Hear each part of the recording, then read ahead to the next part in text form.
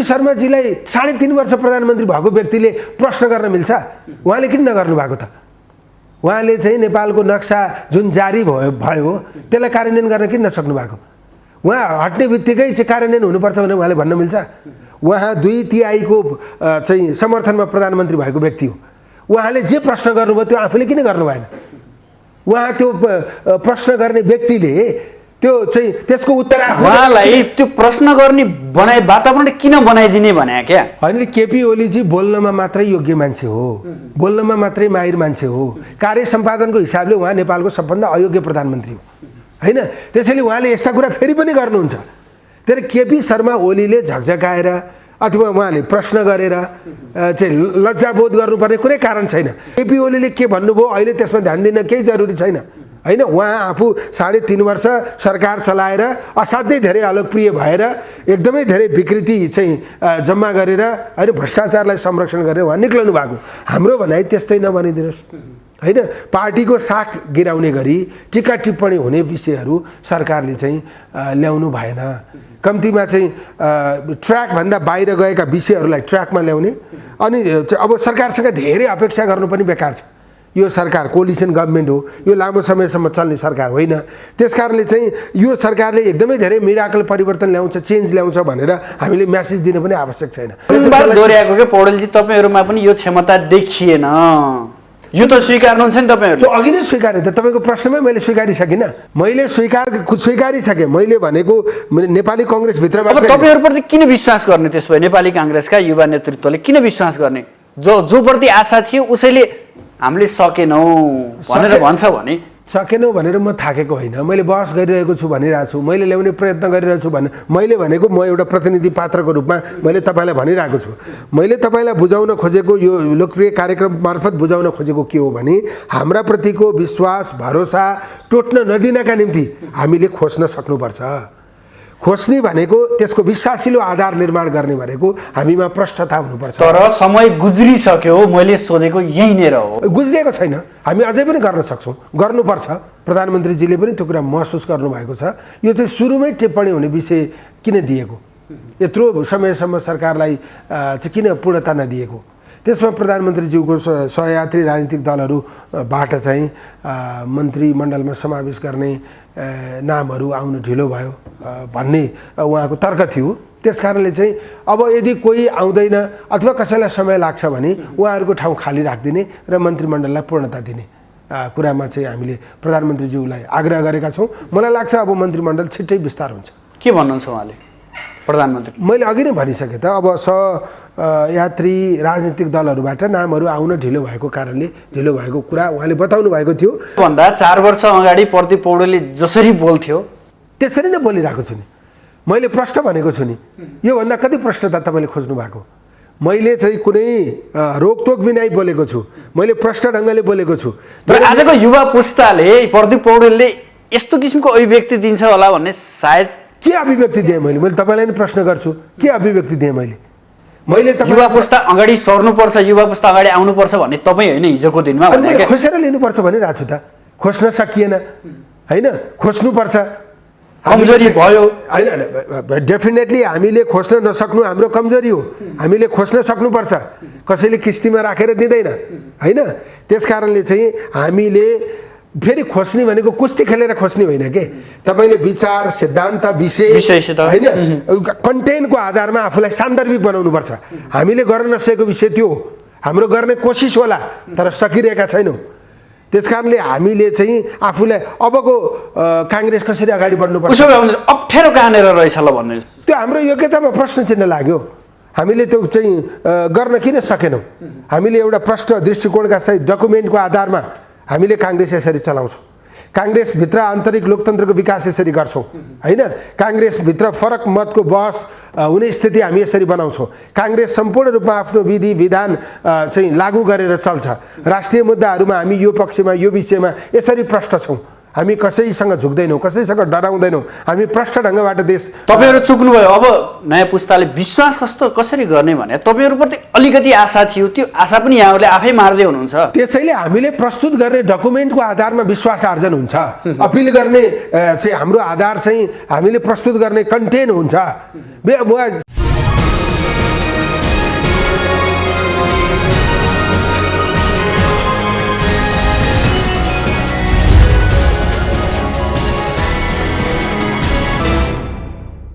आदरणीय दर्शकबिन नमस्कार।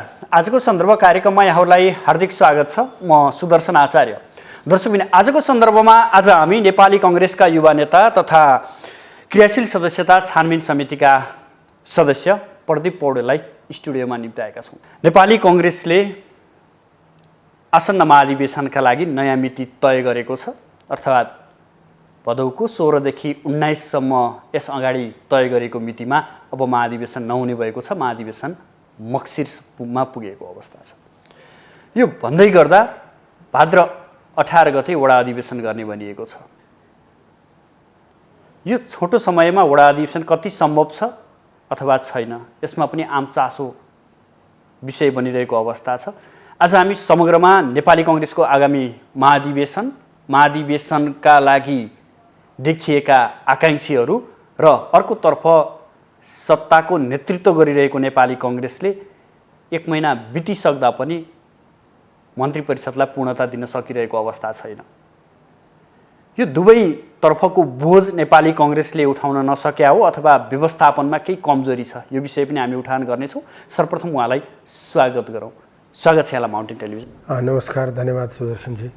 3 दिनको रस्साकस्सीपछि एउटा टुङ्गोमा पुग्नु भएको छ। आगामी महाधिवेशनको मिति मक्सिरमा सर्यो।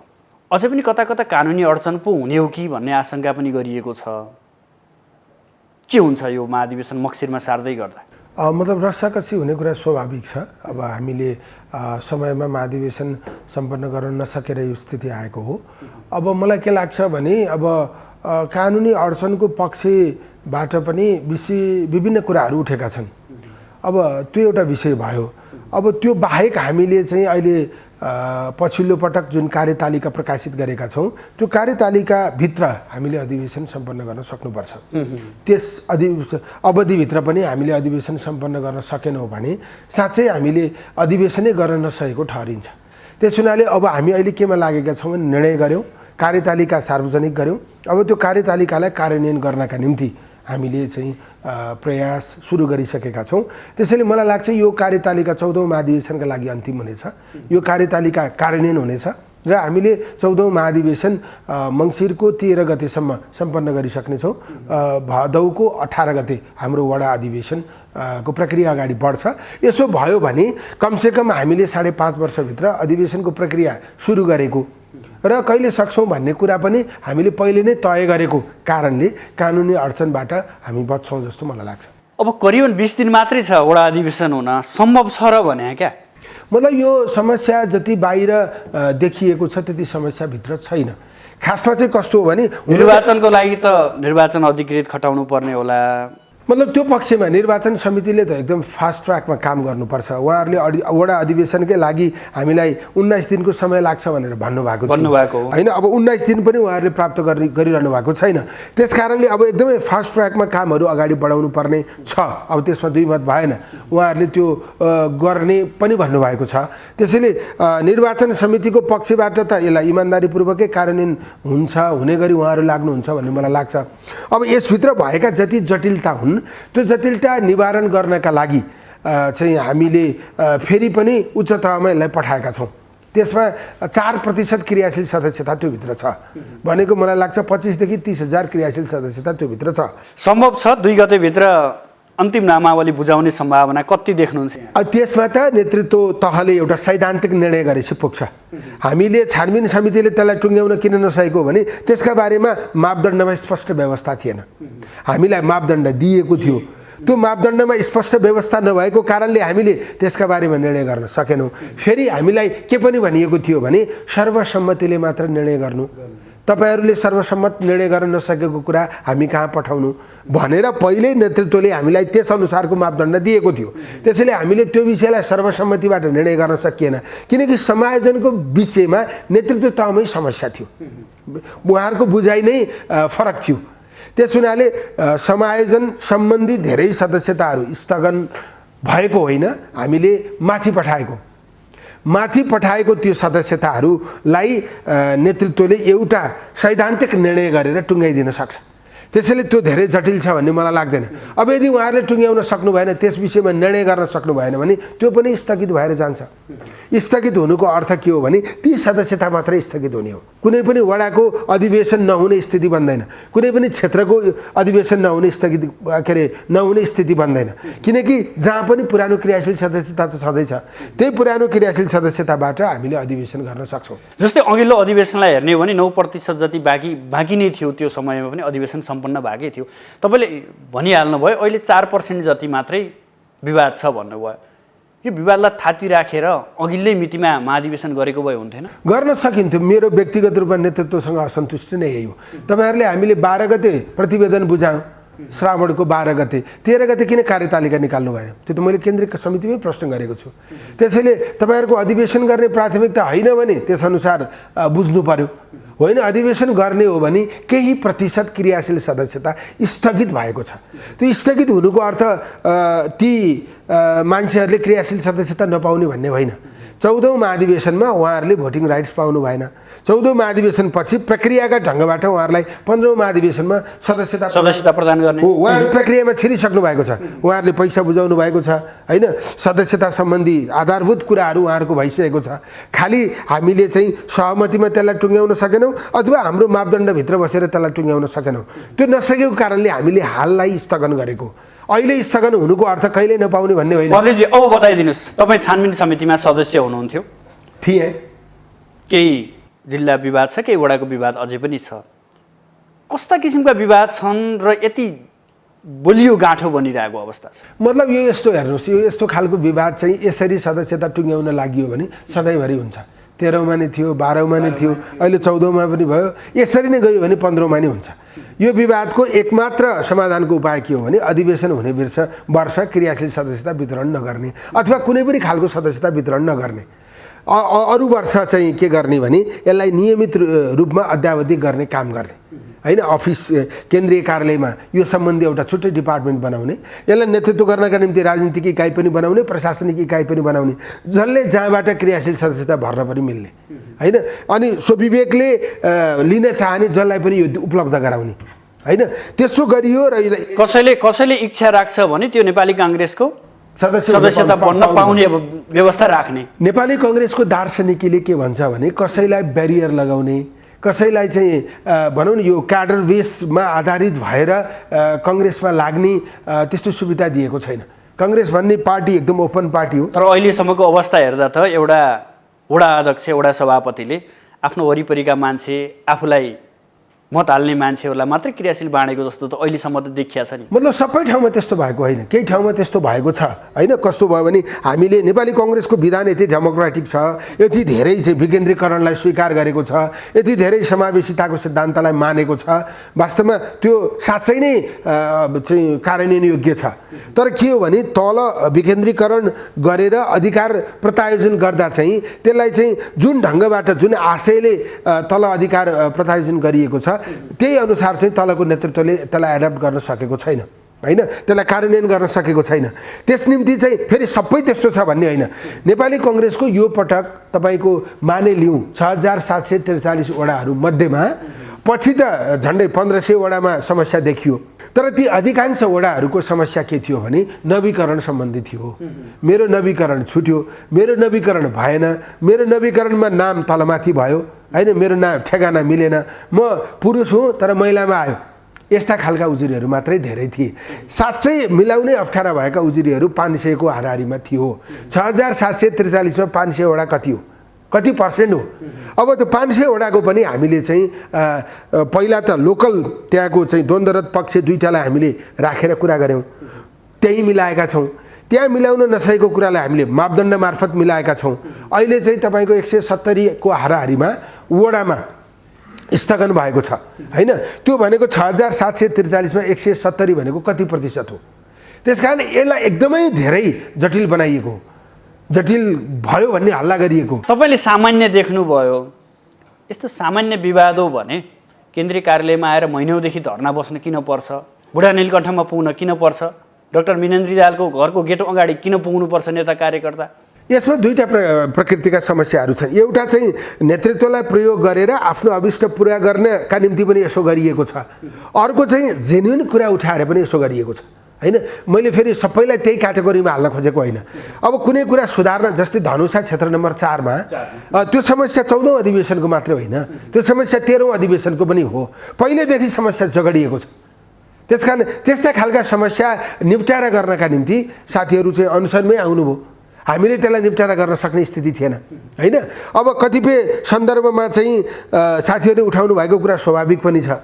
कतिपय सन्दर्भमा चाहिँ नेतृत्वलाई आफ्नो पक्षमा ल्याएर गलत कुरालाई इम्प्लिमेन्ट गर्न खोजिएको पनि छ। त्यसकारण मैले भने नि समस्यै छैनन् भन्ने होइन, तर अधिवेशन स्थगन गर्ने गरी समस्या छैन। यो कुनै एउटा व्यक्तिको क्रियाशील सदस्यता सम्बन्धी समस्या भयो, उसको नमिलेसम्म अधिवेशन गर्दिन भन्न त मिलेन नि। कुनै वडाको समस्या भयो, त्यो नमिलेसम्म अधिवेशन गर्दिन भन्न त मिलेन नि। फेरि कस्तो छ भने त्यो वडाको समस्या वडाको मान्छेले मात्र लिएर हिँडेको छैन, यहाँको गुटको नेताले पनि लिएर हिँडेको छ हैन। क्षेत्रको समस्या त्यो क्षेत्रको मान्छेले मात्र लिएर हिँडेको छैन, केन्द्रको नेताले पनि बोकेर हिँडेको छ। केन्द्रको नेताले अस्वाभाविक ढङ्गबाट त्यो समस्या उठान गरिदिएको कारणले त्यो समस्या जटिल बनेको। त्यो उसले चाहिँ केन्द्रको नेताले के भन्न सक्नुपर्छ भने हामीले दिएको मापदण्डभित्र बसेर निर्णय भएको छ, त्यसैले त्यो जे निर्णय भयो सकियो। त्यो मापदण्डभित्र बसेर निर्णय भइसकेको कुरालाई चाहिँ फेरि खोतल्न थाल्यो भने त तलको नेतृत्वले अथवा तलको मान्छेले के गर्छ भने मैले भने मैले दबाब दिएँ भने म हारेँ भने तेरो राजनीति सकिन्छ भनेर मैले अस्वाभाविक ढङ्गले म्यानिपुलेट गरेँ भने त्यसले मेरो काम गर्दैन रहेछ। त्यसकारण केन्द्रकै नेतृत्वले तलको समस्यालाई बलजफ्ती उठाइदिएको कारणले समस्या भएको यहाँको ठाउँमै होइन। मतलब त्यो त्यहाँका समस्याहरूसँग जोडिएर हेर्दा यो सबै कुराहरू बुझिन्छ होइन। अब मैले खालि के मात्रै कुरा गर्न खोजेँ भने समस्या उठाउनुभएका साथीहरूले सामान्य समस्या उठाउनु भएको, त्यसमा जटिलताै छैन मैले भनेको होइन। कतिपय ठाउँमा अन्याय पनि भएको छ। अब कस्तो हुन्छ भने निर्णय गर्दा त एउटा निर्णय त गर्नु पर्यो नि, त्यसैले निर्णय गर्ने सन्दर्भमा चाहिँ कतिपय कुराहरूलाई कोट्याएर हेऱ्यो भने अस्वाभाविक पनि देखिन सक्छ। त्यसैले पहिलो कुरा चाहिँ तलको नेतृत्वले आफै बसेर त्यो कुरा मिलाउन नसकेपछि माथि आयो। माथि हामीले फेरि दुईटै पक्षलाई राखेर मिलाउन खोज्दा मिलेन। नमिलेपछि मापदण्डभित्र छिर्नु पर्यो। मापदण्डभित्र छिर्दा चाहिँ कुनै व्यक्ति जसले क्रियाशील सदस्य पाउनु पर्थ्यो त्यसले नपाएर त्यसलाई अन्याय भएको हुनसक्छ होइन। तर कस्तो हुन्छ भने यो ओभरअल एउटा सिद्धान्तभित्र बसेर निर्णय गर्ने सन्दर्भमा त्यस्ता कुराहरू हुने गर्छन्। त्यस्ता कुरालाई स्वीकार गर्नुपर्छ। मुख्य कुरा के हो भने अधिवेशनको मूल्यका निम्ति अधिवेशन मैले पनि चित्त बुझेको छैन। कतिपय ठाउँका डकुमेन्ट नै थिएनन् हैन। कतिपय चाहिँ सहमतिमा गर्दा चाहिँ सैद्धान्तिक कुरा चाहिँ ढाकछोप भएको छ, उल्लङ्घन भएको छ। त्यसैले निर्णय गर्ने सन्दर्भमा मलाई पनि यस्तो निर्णय गर्न हुन्छ र भन्ने पनि लागेको थियो। तर कुरा के हो भने हामीले समयमा निर्णय गरेनौँ भने 14औं महाधिवेशन हुँदैन। 14औं महाधिवेशन भएन भने पार्टी समस्यामा पर्छ। त्यसैले 14औं महाधिवेशन गर्ने उद्देश्यका लागि 14औं महाधिवेशन गर्ने मूल्य चुकाउनका लागि हामीले केही समस्याहरूलाई चाहिँ बलजफ्ती हल गरेको स्थिति छ। त्यो कुरा साथीहरूले उठाइरहनु। अब बाँकी समस्या समाधान हुने छाँटकाँट कतिको देख्नु भएको छ यहाँले? अब 2 दिन मात्रै बाँकी छ। मतलब समस्या समायोजनको हो। नेतृत्वले एउटा सैद्धान्तिक निर्णय गर्यो भने त्यो सबै समस्या हल हुन्छ। यदि नेतृत्वले त्यो हल गर्न सकेन भने हामीसँग त्यहाँ गएर पनि ती सदस्यताहरूलाई हाललाई स्थगित गरेर अगाडि बढ्नुको विकल्प छैन। त्यसैले मलाई लाग्छ अब त कार्यतालिका नै हामीले प्रकाशित गऱ्यौँ। फेरि नेतृत्व तहमा गएर समायोजन सम्बन्धी सदस्यता हल नभएको कारणले हामीले चाहिँ कार्यतालिका कार्यान्वयन गर्न सकेनौँ भन्दा त अलि नाङ्गिने स्थिति हुँदैन र। त्यसकारण त्यो कारणले पनि त्यो विषयलाई ख्याल गरेर पनि अब समस्या हल हुन्छ। अधिवेशनको प्रक्रियामा पार्टी प्रवेश गर्छ। भाद्रको 18 गते वडा अधिवेशन हुन्छ। त्योसँग जोडिएर अरू कुराहरू पनि छन्। हामीसँग के विकल्प छ त? पहिला हामीले कार्यतालिका प्रकाशित गऱ्यौँ, विकल्प भएको कारणले त्यो कार्यान्वयन गरेनौँ होइन। फेरि अर्को कार्यतालिका त्यसैले विकल्प हुँदासम्म हामीले प्रयोग गरेको हो। अब त एकदमै अन्तिम बिन्दुमा हामी पुग्यौँ। योभन्दा उता ठाउँ नै छैन। भिरबाट लड्नु पर्यो कि फर्किनु पर्यो हैन। त्यसकारणले हामीले फर्किने गरी हामीले नयाँ कार्यतालिका प्रकाशित गरेका छौँ। यसको विकल्प नभएको कारणले यसलाई कार्यान्वयन गर्न बाध्यता छ। अनि भदौ 18 गते वडा अधिवेशन सुरु गर्ने कांग्रेसले मक्सिरको 9 गते बल्ल महाधिवेशन गर्ने कति लामो समय राख्या त? मतलब त्यो मेरो विचारमा खास त यो अन्तिम निर्णय गर्दा चाहिँ पदाधिकारी पूर्व पदाधिकारी विशिष्ट वरिष्ठ नेताहरूले त्यसलाई चाहिँ निर्णयमा ल्याउनु भएको हो। अब हामीले चाहिँ अब मिटिङमा प्रस्ताव आयो, प्रस्ताव आइसकेपछि अधिवेशनको कार्यतालिका प्रकाशित गर्ने कुरा नै सबैभन्दा ठुलो उपलब्धि हो। त्यसैले हामीले चाहिँ अब त्यसबिचमा नेतृत्वले यहाँहरूले त्यसलाई उपलब्धि ठान्नुभयो। त्यसबिचमा नेताहरू मतलब यो कुरामा नेताहरूले अथवा प्रस्तावमा चाहिँ के कुरा सँगसँगै आयो भने त्यो बिचमा चाडपर्व छ, दसैँ छ, तिहार छ, होइन, छठ छ। त्यसैले त्यो चाडपर्वका कारणले हामीले चाहिँ त्यसको सम्पूर्ण समय उपयोग गर्न सक्ने स्थिति छैन। तपाईँको चाहिँ भदौको चाहिँ 18 गते सुरु गरेर तपाईँको असोज 18, कार्तिक 18, मङ्सिर 18, होइन, यही 3 महिना हाराहारीको समय चाहिँ यो मेरो विचारमा चाडबाडका कारणले लागेको हुनसक्छ।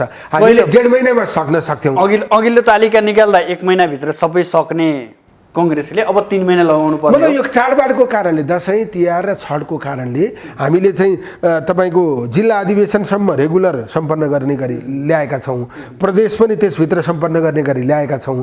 तर केन्द्र र प्रदेशको बिचमा ग्याप किन छ भने चाडपर्वको कारणले छ। हामीले चाडपर्व भएको कारणले त्यो समयमा अधिवेशन सम्पन्न गर्न सक्ने स्थिति भएन। त्यस कारणले हामीले त्यहाँ अलिकति ग्याप राख्न बाध्य भयौँ।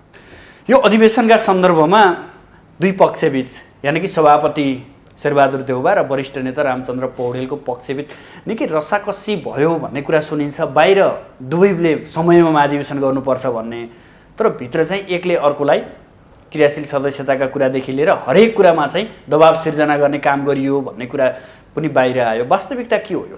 मतलब रसाकसी हुने कुरा स्वाभाविक हो, किनकि हाम्रो यो लामो बहस भइरहेको थियो। यसले निचोड निकाल्न सकेको थिएन। धेरै पटक कार्यतालिका प्रकाशित भएर पनि त्यो कार्यान्वयन हुन सकेको थिएन। हामी समयको असाध्यै धेरै दबाबमा थियौँ, होइन, कानुनी हिसाबबाट पनि हामीलाई सङ्कट आउने स्थिति थियो।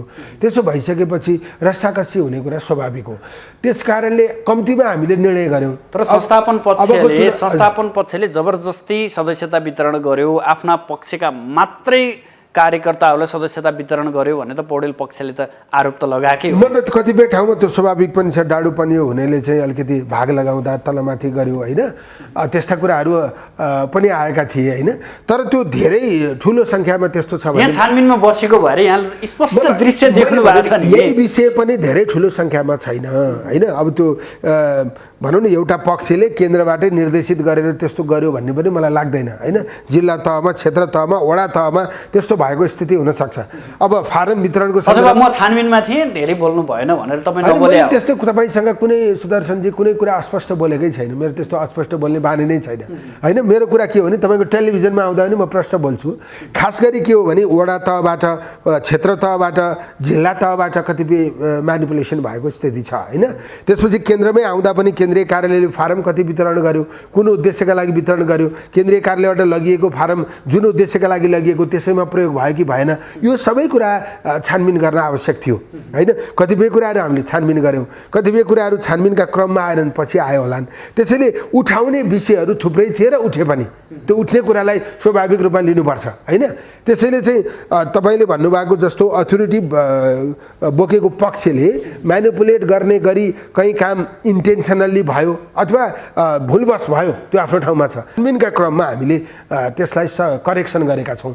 करेक्सन गर्न नसकेका विषयहरू, हामीले टुङ्ग्याउन नसकेका विषयहरू होइन, त्यो त समझदारीमा मात्रै भएको छ। समझदारीमा हुँदा चाहिँ सबै मापदण्ड मुताबिक भयो भन्ने छैन। समझदारीमा हुँदा चाहिँ, किनभने यो सरकारवाला पक्ष बिचमा समझदारी भयो भने मापदण्ड अनुसार नभएको कुरालाई पनि हामीले मानेको स्थिति छ। तर समझदारी हुन नसकेको अवस्थामा चाहिँ मापदण्डभन्दा बाहिर गएर हामीले कुनै पनि निर्णय गरेका छैनौँ। सबै मापदण्डभित्रै बसेर निर्णय गरेका छौँ। अर्को कुरा, गाउँ र नगरपालिका कार्य समिति चयनका लागि अब क्षेत्रीय प्रतिनिधिले मात्र भोट हाल्न पाउने व्यवस्था भन्ने कुरा बाहिर आयो। यो वास्तविकता के हो? मतलब हिजो कार्य समितिले सभापतिको हकमा, पालिका सभापतिको हकमा क्षेत्रीय कार्य समितिले के अरे क्षेत्रीय प्रतिनिधिले मतदान गर्ने, उहाँहरूको सहभागितामा मात्रै अधिवेशन गर्ने भनेर निर्णय गरेको छ। तर क्रियाशील सदस्यको वैधानिकता अधिकार पनि कटौती भयो भन्ने थोरै गुनासो पनि त्यहाँनिर छ। मतलब यो किन गरियो भने चाहिँ यो अब कोभिडको बेला धेरै भिडभाड गर्ने कुरा स्वाभाविक भएन, एउटा कुरा। दोस्रो कुरा, काठमाडौँ महानगरपालिकाको सभापतिले चुनाव लड्दा 18,000 क्रियाशील मध्येबाट उहाँले 12,000 ल्याउनुहुन्छ, होइन। केन्द्रीय सभापतिले कति हजार ल्याउनुहुन्छ, होइन त्यो त कस्तो भयो भने यो अलिकति यो प्रक्रियामा अलि नमिलेको जस्तो देखियो। त्यसकारण यो कुरा पहिलेदेखि उठिरहेको थियो एउटा कुरा। दोस्रो कुरा हामीलाई कोभिडले पनि बाध्य बनायो।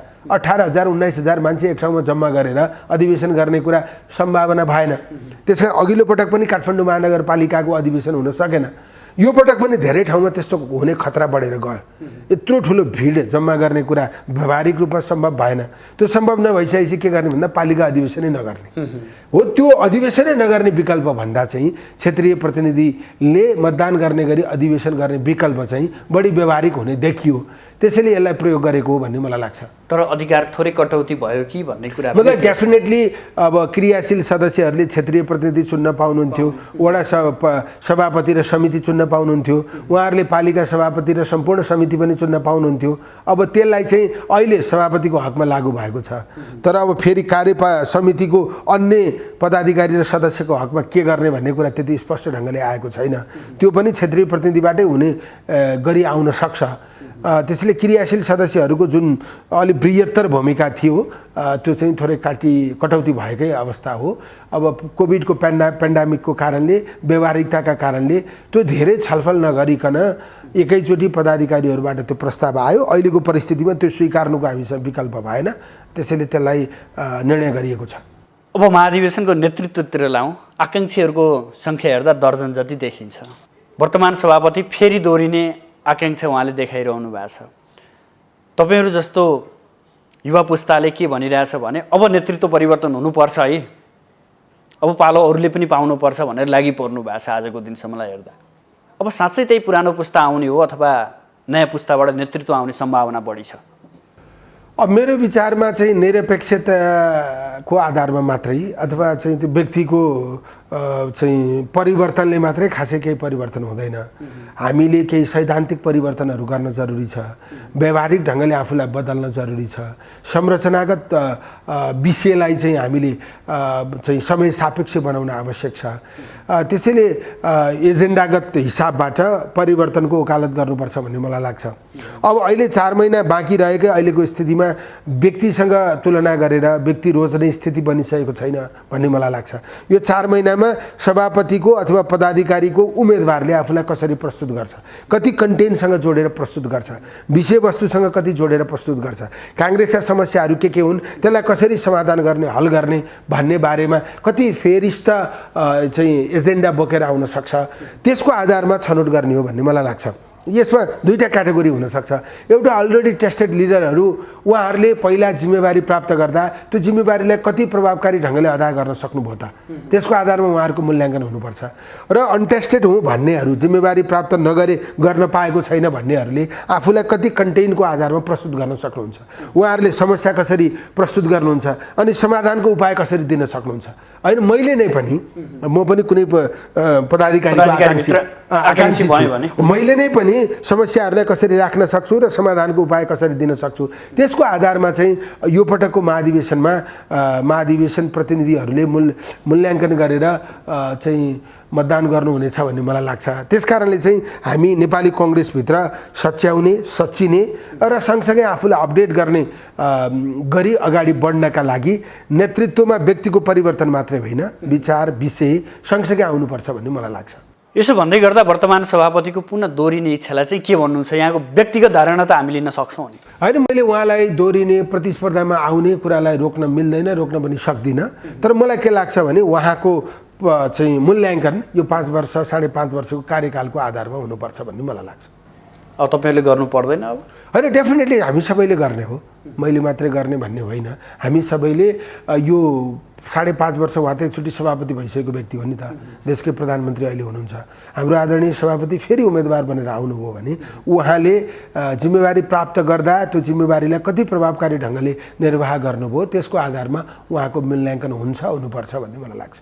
अर्को कुरा, 14औं महाधिवेशनले झन् कङ्ग्रेसभित्र गुटको सङ्ख्या बढाउँछ भन्ने एउटा विश्लेषण पनि गरिएको छ। किनभने सङ्ख्यात्मक रूपले हेर्दा धेरै नै छ नेतृत्वमा चाहना गर्ने व्यक्तिहरू। मतलब मैले धेरै पटक भन्दै आइरहेको छु, व्यक्तिहरूको व्यवस्थापन को गर्ने उद्देश्यका लागि गुटहरू भन्नु हुँदैन।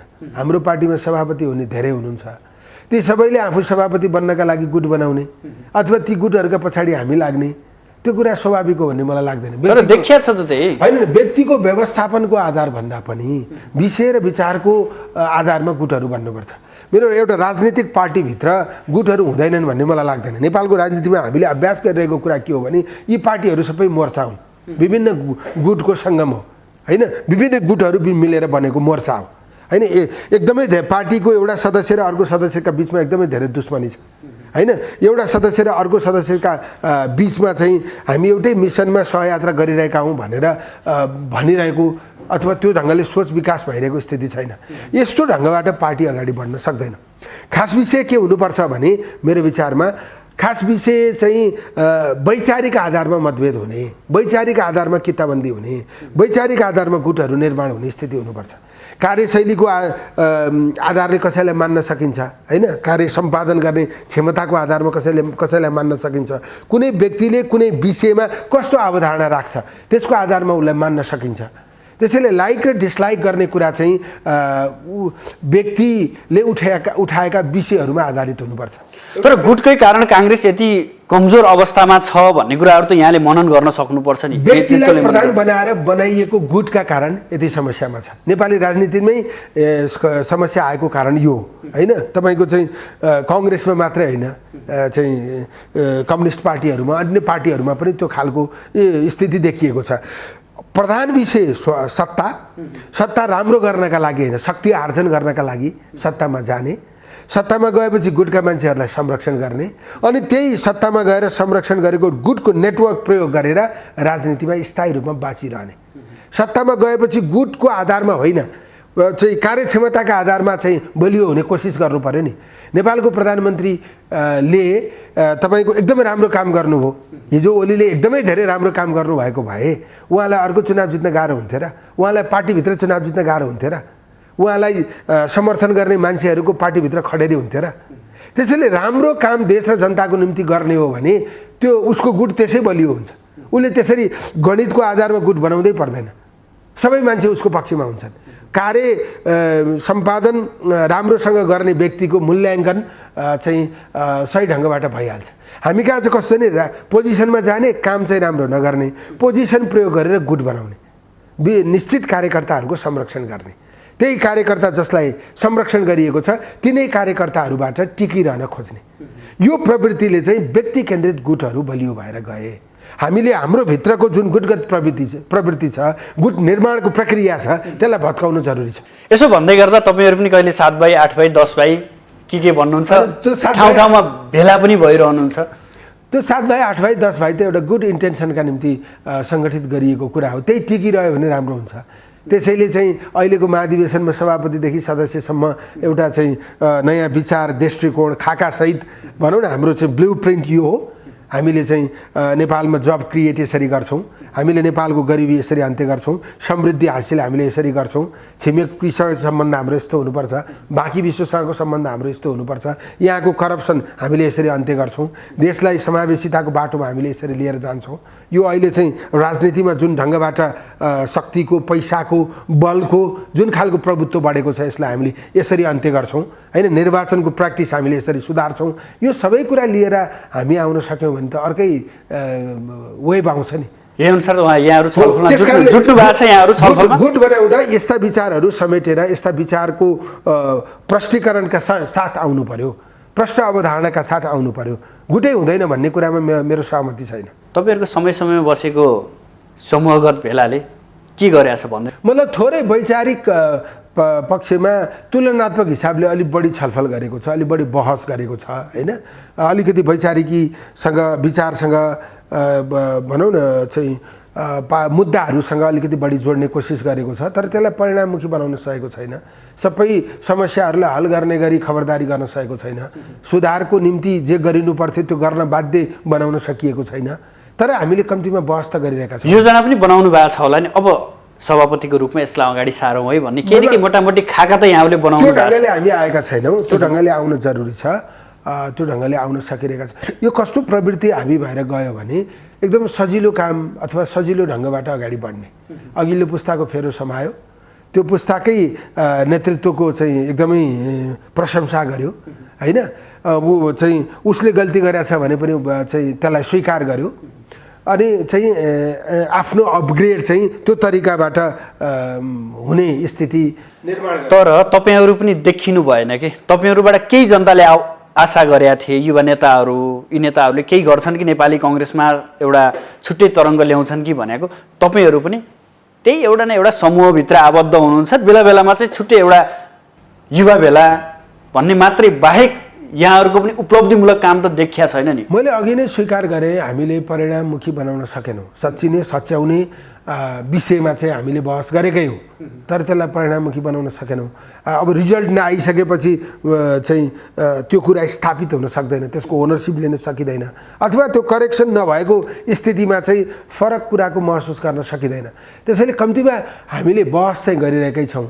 यसलाई अझ बढी सङ्गठित हुने, अझ बढी सशक्त ढङ्गले अगाडि लिएर जाने, सरकारवालाहरूलाई यो मुद्दामा सहमत गराउने स्थिति हामीले निर्माण गर्नुपर्छ। हामीले बहसै नगरेको, कुरै नगरेको, उठाउँदै नउठाएको, जे भन्यो अथवा जे गर्यो त्यो स्वीकार गरेर उसो भए यति भनिदिनुहोस् अबको महाधिवेशनमा पुस्तान्तरण हुन्छ हुँदैन?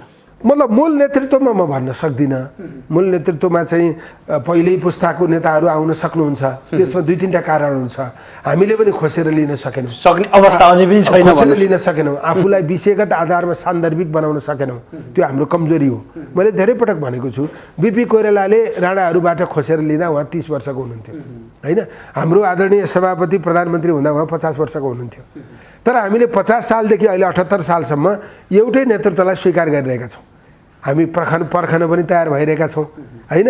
हामीलाई चाहिँ त्यो कुराले चाहिँ कुनै भनौँ न त्यो हिंता अथवा चाहिँ त्यो हामी काबिल भएनौँ कि भन्ने पनि लागेको छैन होइन। हामीलाई भन्दा अझ हामीभन्दा अघिल्लो पुस्ता जुन दोस्रो जेनेरेसन भनिन्छ उहाँहरूलाई त अझै पर्खिने रहन तयार भइरहनु भएको छ, उहाँहरूलाई त हतारै भएको छैन होइन।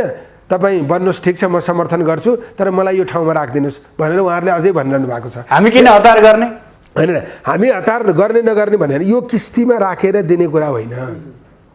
यो चाहिँ विषयवस्तु स्वाभाविक ढङ्गले उठान गरेर आफूलाई सान्दर्भिक बनाएर लिने कुरा हो प्रक्रियाको माध्यमबाट होइन। अब जुनसुकै नेता पनि जतिसुकै पब्लिकली चाहिँ अनपपुलर भए पनि विधिबाटै नेतृत्वमा आएको हो नि त।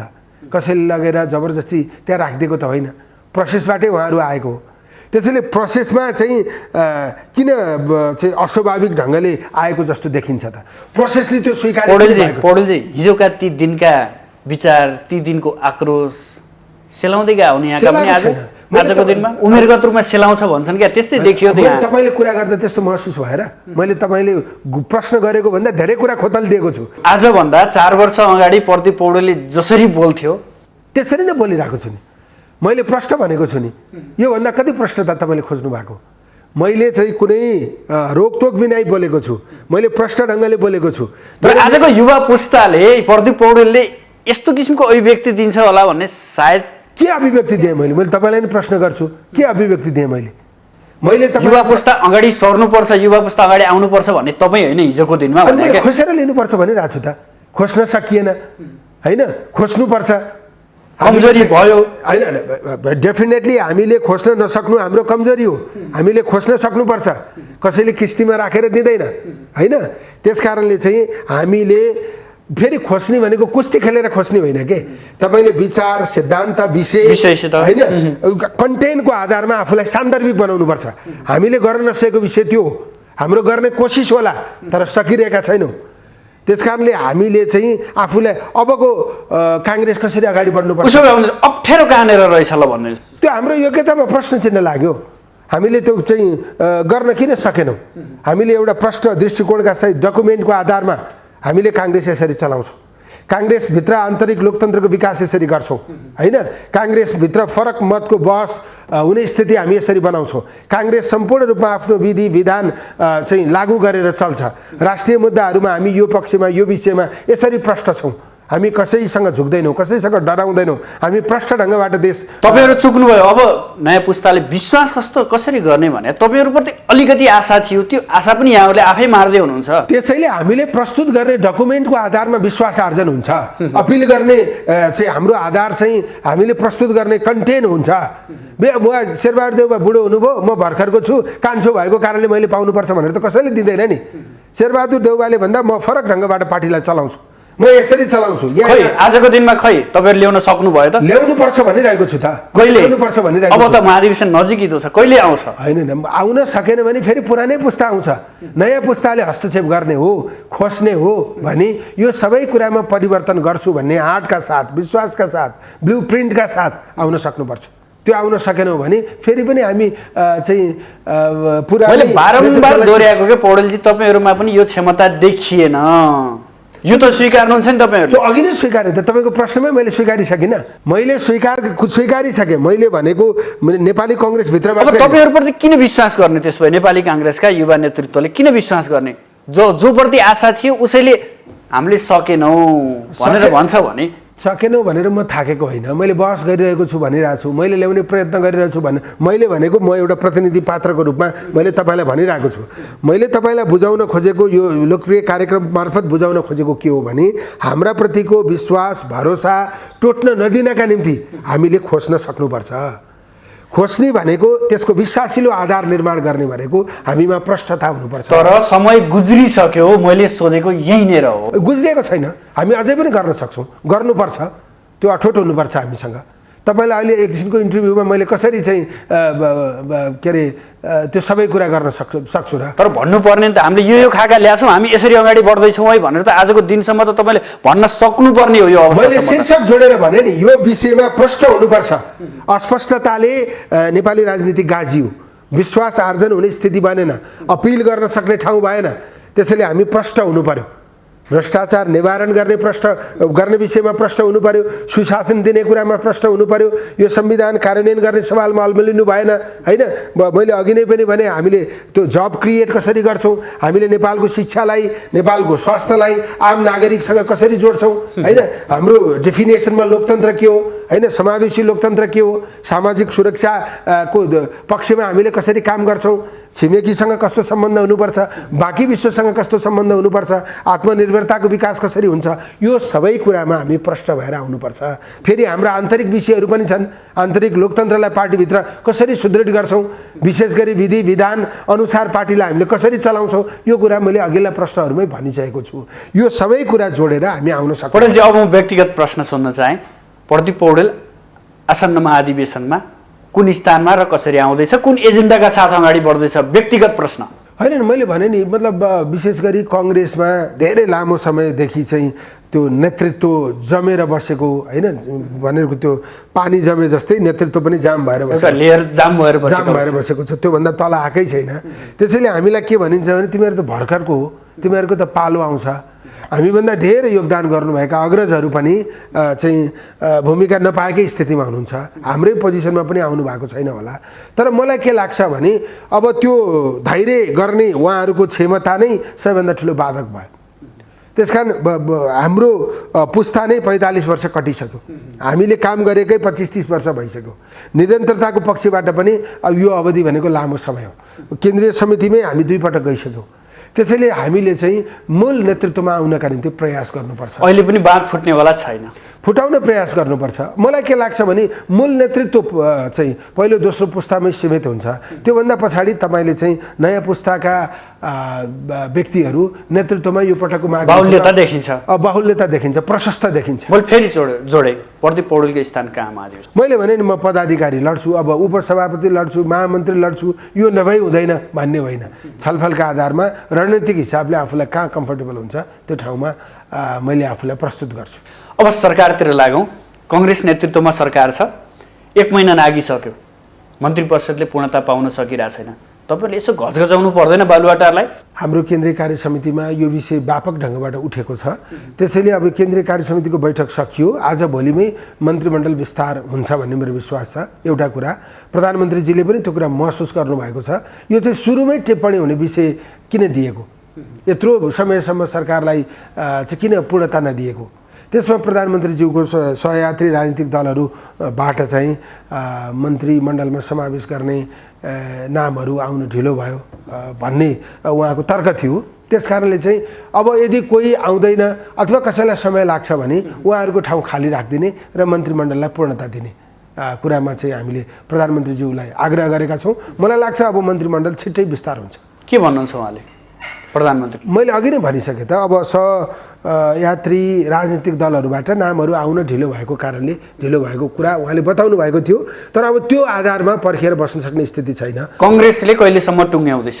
होइन, यो त यो कोलिसन गभर्मेन्ट हो, हेर्नुहोस्।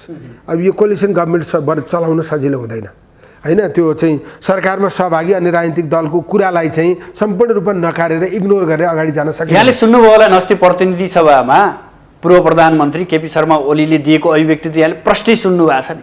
यो गर्दा अलिअलि लज्जाबोध त हुनुपर्ने हो नि। होइन, केपी शर्मा ओलीले लज्जाबोध गराउन सक्ने स्थिति नै छैन। केपी शर्माजीलाई 3.5 वर्ष प्रधानमन्त्री भएको व्यक्तिले प्रश्न गर्न मिल्छ? उहाँले किन नगर्नु भएको त? उहाँले चाहिँ नेपालको नक्सा जुन जारी भयो त्यसलाई कार्यान्वयन गर्न किन नसक्नु भएको? उहाँ हट्ने बित्तिकै चाहिँ कार्यान्वयन हुनुपर्छ भनेर उहाँले भन्न मिल्छ? उहाँ 2/3 चाहिँ समर्थनमा प्रधानमन्त्री भएको व्यक्ति हो। उहाँले जे प्रश्न गर्नुभयो त्यो आफूले किन गर्नु भएन? उहाँ त्यो प्रश्न गर्ने व्यक्तिले त्यो चाहिँ त्यसको उत्तर उहाँलाई त्यो प्रश्न गर्ने वातावरण किन बनाइदिने भने क्या? होइन, केपी ओलीजी बोल्नमा मात्रै योग्य मान्छे हो, बोल्नमा मात्रै माहिर मान्छे हो। कार्य सम्पादनको हिसाबले उहाँ नेपालको सबभन्दा अयोग्य प्रधानमन्त्री हो होइन। त्यसैले उहाँले यस्ता कुरा फेरि पनि गर्नुहुन्छ। तर केपी शर्मा ओलीले झकझकाएर अथवा उहाँले प्रश्न गरेर चाहिँ लज्जाबोध गर्नुपर्ने कुनै कारण छैन। तर भोलि त केपी शर्मा ओलीले मात्रै उठाउनुहुन्न नि त, अरूले पनि उठाउँछन्, आम नागरिकले पनि उठाउँछन् होइन। आम नागरिकले प्रश्न गर्ने सवालमा चाहिँ हामीले उत्तर दिनुपर्ने हुन्छ। त्यसले सरकारमाथि बढी टिका टिप्पणी हुने अवस्था हुन्छ होइन। सरकारमाथि टिका टिप्पणी हुँदै गर्दा हाम्रो पार्टीको लोकप्रियतामा ह्रास आउँछ। त्यसैले त्यो स्थितिलाई अनुमान गरेर सरकार अगाडि बढ्नुपर्छ। केपी ओलीले के भन्नुभयो अहिले त्यसमा ध्यान दिन केही जरुरी छैन होइन। उहाँ आफू 3.5 वर्ष सरकार चलाएर असाध्यै धेरै अलोकप्रिय भएर एकदमै धेरै विकृति चाहिँ जम्मा गरेर होइन भ्रष्टाचारलाई संरक्षण गरेर उहाँ निक्लनु भएको। हाम्रो भनाइ त्यस्तै नबनिदिनुहोस् होइन। पार्टीको साख गिराउने गरी टिका टिप्पणी हुने विषयहरू सरकारले चाहिँ ल्याउनु भएन। कम्तीमा चाहिँ ट्र्याकभन्दा बाहिर गएका विषयहरूलाई ट्र्याकमा ल्याउने। अनि अब सरकारसँग धेरै अपेक्षा गर्नु पनि बेकार छ। यो सरकार कोलिसन गभर्मेन्ट हो, यो लामो समयसम्म चल्ने सरकार होइन। त्यसकारणले चाहिँ यो सरकारले एकदमै धेरै मिराकल परिवर्तन ल्याउँछ, चेन्ज ल्याउँछ भनेर हामीले म्यासेज दिन पनि आवश्यक छैन। तर कम्तीमा के हुन्छ भने परिस्थितिलाई धेरै बिग्रन दिनु हुँदैन। भ्रष्टाचारलाई अघिल्लो सरकारले जस्तै संरक्षण गर्नु हुँदैन। जस्तै सरकारले चाहिँ एउटा मात्रै विषय ल्याए होइन, स्वास्थ्य सामग्री छानबिनको विषय होइन, अरू विषय किन ल्याएन? अरूमाथि पनि त छानबिन हुनु पऱ्यो नि। त्यसैले भ्रष्टाचारको सवालमा चाहिँ एग्रेसिभ भएर सरकार आउनुपर्छ। भ्रष्टाचार विरुद्धको मामिलामा, सुशासन दिने मामिलामा सरकार आक्रामक भएर आउन सक्नुपर्छ होइन। यो कोभिड नियन्त्रण गर्ने सवालमा सरकारसँग प्रशस्त कार्ययोजना हुनुपर्छ होइन। त्यस कारणले चाहिँ यो सरकारले यो जनताको पक्षमा आक्रामकता बढाउन सक्यो भने आगामी निर्वाचनमा काङ्ग्रेसलाई फाइदा हुन्छ। नत्र भने 5 वर्षै प्रतिपक्षमा बसेर निर्वाचनमा जाँदा हामीलाई जति फाइदा हुन्थ्यो, यो 1.5 वर्ष कोलिसन सरकार बनाएर हामीलाई घाटा लाग्यो भने त हाम्रो लागि चाहिँ त्यो धेरै ठुलो क्षतिको विषय हुन्छ। यो विषयमा हाम्रो सभापति सम्माननीय प्रधानमन्त्रीले विशेष ख्याल गर्नुपर्छ भन्ने मलाई लाग्छ। अब अन्तिम प्रश्न, यो गठबन्धन छ नि, यो गठबन्धन कहिलेसम्म जान्छ र कसरी अगाडि बढ्छ? यो गठबन्धन असाध्यै अप्ठ्यारो छ। यो लामो नजान पनि सक्छ। लामो गठबन्धन गएन भने सरकार धरापमा पनि पर्छ। सरकार धराप पनि पर्न सक्छ। अब त्यसको विकल्प फेरि निर्वाचनमै जाने परिस्थिति पनि बन्न सक्छ। त्यसैले गठबन्धन सजिलो छैन, गठबन्धन असाध्यै अप्ठ्यारो छ। तर मलाई गठबन्धन टुट्छ भनेर जनता विरोधी काम गर्न मिल्दैन होइन, भ्रष्टाचारलाई प्रश्रय दिन मिल्दैन। त्यसकारणले कङ्ग्रेसको नेतृत्वमा सरकार छ, सरकारको आलोचना भयो भने त्यसको बढी क्षति काङ्ग्रेसलाई हुन्छ। त्यसैले प्रधानमन्त्रीले त्यो कुरालाई विशेष ढङ्गले ख्याल गर्नुपर्छ। एकदम जनताको पक्षमा नभएको कुनै काम गठबन्धन जोगाउन प्रधानमन्त्रीले गर्नु हुँदैन होइन। त्यसले दिने म्यासेज, त्यसले चाहिँ जनतालाई पुर्याउने असर, त्यो सबै कुराको ख्याल गरेर टिका टिप्पणी नहुने, विरोध नहुने, जनताको विरुद्ध नदेखिने काम मात्रै सरकारले चाहिँ गर्नुपर्छ। अब गठबन्धन जोगाउने नाममा सबै काम गर्न प्रधानमन्त्री तयार हुनु हुँदैन। बरु चाहिँ सरकारबाट बाहिरिनु परोस्, निर्वाचनतर्फ देश चाहिँ जाने स्थिति बनोस्, तर जनताको पक्षमा मात्रै सरकारले काम गर्नुपर्छ। हस्, यहाँसम्म आइदिनु भयो, आफ्नो महत्त्वपूर्ण समय र महत्त्वपूर्ण विचार अभिव्यक्त गरिदिनु भयो, यसका लागि यहाँप्रति विशेष आभार। यो अवसर दिनुभयो, धेरै धन्यवाद। आदरणीय दर्शकबिन, आज हामी खास गरेर नेपाली कङ्ग्रेसले आगामी मक्सिरमा तय गरेको नयाँ मितिमा के महाधिवेशन सम्भव छ यो भन्दै गर्दा अबका चुनौती के हुन सक्छन् र नेपाली कङ्ग्रेसमा नेतृत्व कस्तो आउनुपर्छ भन्ने विषय लगायत वर्तमान सरकार र यसका चुनौतीका विषयमा पनि हामी केन्द्रित रहेर बहस गऱ्यौँ। यसका लागि आज हाम्रो स्टुडियोमा नेपाली कङ्ग्रेसका केन्द्रीय सदस्य तथा क्रियाशील सदस्यता छानबिन समितिका सदस्य प्रदीप पौडेल हुनुहुन्थ्यो। भोलि नयाँ विषयवस्तु र नयाँ तरिका साथ उपस्थित हुनेछौँ। आजलाई भने बिदा दिनुहोस्। नमस्कार।